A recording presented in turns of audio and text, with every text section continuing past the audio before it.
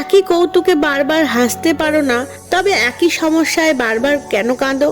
জীবন একটি চক্রের মতো, যেখানে সমস্যা এবং সুখ দুটি অন্তর্ভুক্ত।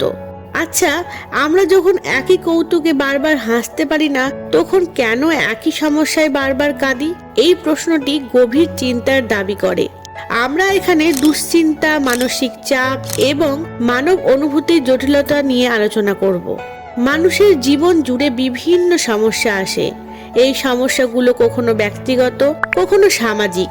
সমস্যা যখন পুনরাবৃত্তি হয়, তখন তা আমাদের মানসিক অবস্থার উপর ব্যাপক প্রভাব ফেলে। সমস্যা বারবার ফিরে আসলে হতাশা সৃষ্টি হয়।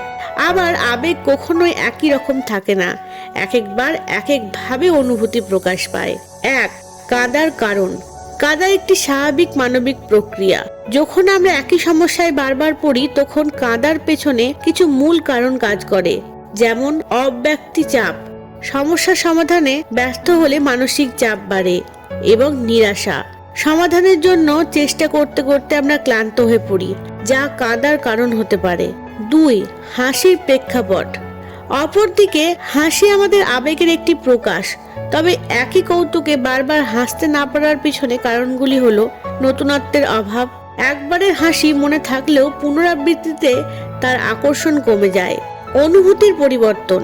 হাসির মুহূর্ত একবারে ভালো লাগলেও দীর্ঘমেয়াদে তা কিছুটা ক্ষয়প্রাপ্ত হয়। 3. সামাজিক প্রভাব। সমাজে অনুভূতি প্রকাশের ব্যাপারে বিভিন্ন নিয়ম ও ধারা রয়েছে।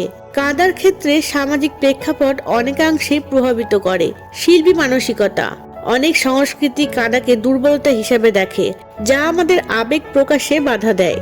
সমর্থনের অভাব। মাঝে মাঝে অভ্যন্তরীণ দুশ্চিন্তার কারণে আমরা কাঁদাকে স্বাভাবিকভাবে গ্রহণ করতে পারি না। 4. সমাধানের পথ।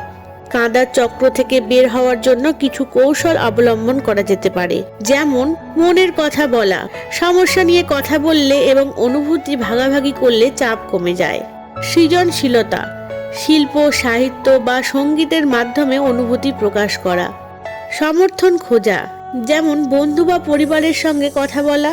সুতরাং একই সমস্যায় বারবার কাঁদার অভিজ্ঞতা আমাদের মানবিকতার একটি অংশ। এটি প্রমাণ করে যে সমস্যা মানব জীবনের অবিচ্ছেদ্য অংশ। আমাদের উচিত এই অভিজ্ঞতাকে গ্রহণ করা এবং সমস্যাগুলোর মোকাবিলা করার জন্য নতুন উপায় খোঁজা। হাসির মতো কাঁদাও আমাদের আবেগের একটি গুরুত্বপূর্ণ প্রকাশ, যা আমাদের জীবনে চ্যালেঞ্জ মোকাবিলায় সাহায্য করে। ধন্যবাদ।